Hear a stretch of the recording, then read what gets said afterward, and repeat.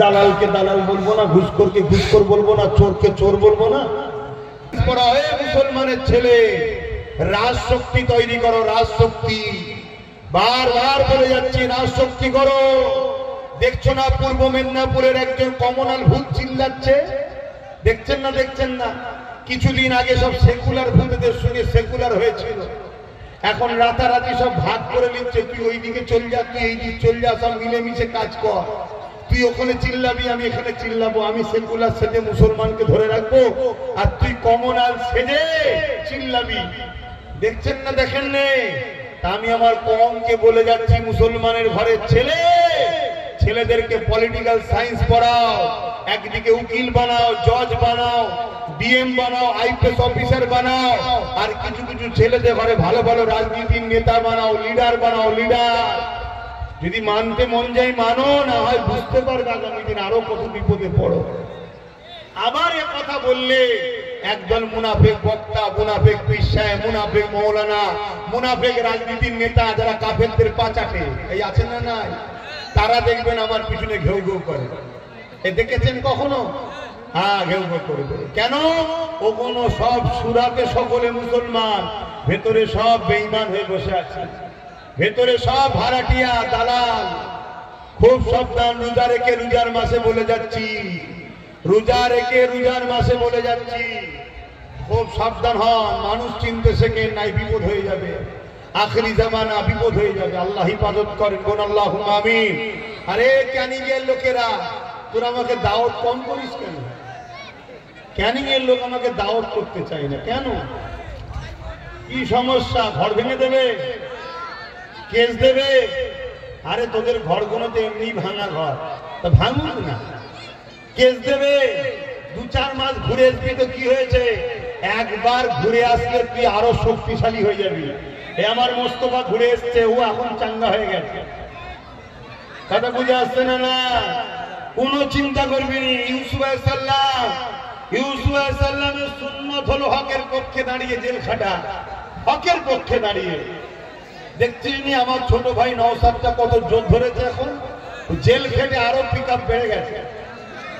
আমারও মাঝে মাঝে মনে হয় একবার ঘুরে দেখলি হয় কি আছে, কিন্তু আমায় তো কেউ নিয়েও দেখছে না। একবার দেখে এলে হয়নি কিছুদিনের জন্য? আরে 2-4-5 মাসের তো ব্যাপার। শুনছেন না? শোনেন না? ওটাও তো দরকার আছে, এমনি তো চলছে না। আমার ওখানে যদি জলে তাও জানবাটা হচ্ছে কিছু একটা, তাও তো হয় না। দে বাবা, খাবার দে, আর চেষ্টা তাড়াতাড়ি দাও, সময় কম। এবার একটু জেকের করি। শুনছেন তো নাকি? এই কষ্ট হচ্ছে আমার কথা। ক্যানিং এর লোক, চিন্তা করুনি, দাওয়াত বেশি করে করবে। অন্য জায়গায় দাওয়াত থাকলেও কেটে আসবো, হ্যাঁ। তবে কিন্তু একটা জায়গায় সমস্যা, হ্যাঁ, একটা জায়গাতেই সমস্যা ঠিক ধরেছে। বলছে তোমায় আমার মতো পয়সা নেই, সমস্যা ওই জায়গাটা। এদের থেকে ধার নিবি, মোস্তফার থেকে ওই জীবনে ধার নিবি। আসো কলেমা পড়ো লা ইলাহা। কি গো বা, আবার নামাজিকে নামাজি, রোজাদারকে রোজাদার, ভালোকে ভালো বলি না? বলি না? আমার নবীকে যারা মহব্বত করে তারা হলো আল্লাহ তাজের। জোরে বলুন সুবহানাল্লাহ। এই তো ভালোকে ভালো বললাম, বলেছি না? বলিনি? কি গো মাওলানা সাহেব, হ্যাঁ কি করছেন? শুনছেন তো নাকি? ওই যে মাথায় টুপি দিয়ে তুমি তোমার আড়াল করে বেরিয়ে গেলে, শুনছেন তো নাকি? আমি কিছু ভুল করছি?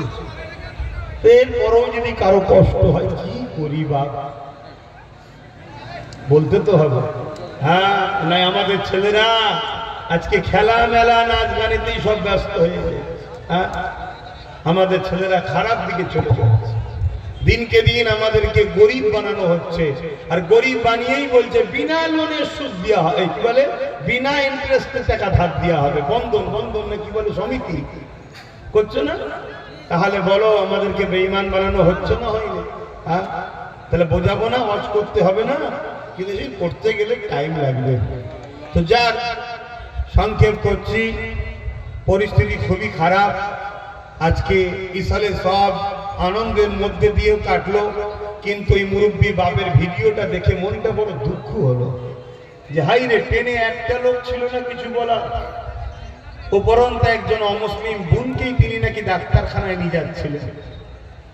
হায় হায়, হ্যাঁ, বড় দুঃখ লাগলো দেখে, খারাপ লাগলো।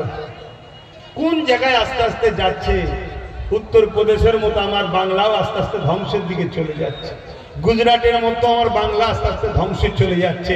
কেন সব জায়গাতেই এক লোকেরই নেতৃত্বেই সব চলছে। বাবা বসে আছে কেউ নিয়ন্ত্রণ, পিছন থেকে কম্পিউটারে দূর থেকে হ্যাক করছে কেউ, বুঝতে পারছেন তো নাকি? অতএব সমাজ খুব খারাপের দিকে যাচ্ছে।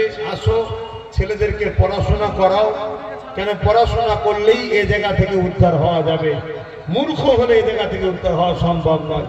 পড়াশোনা করাও, পড়াশোনা করিয়ে ডাক্তার বানাও, উকিল বানাও, জজ বানাও, ডিএম বানাও, বিডিও বানাও, আইপিএস অফিসার বানাও, ছেলেগুলোকে বড় দপ্তরে তৈরি করে দাও। Political science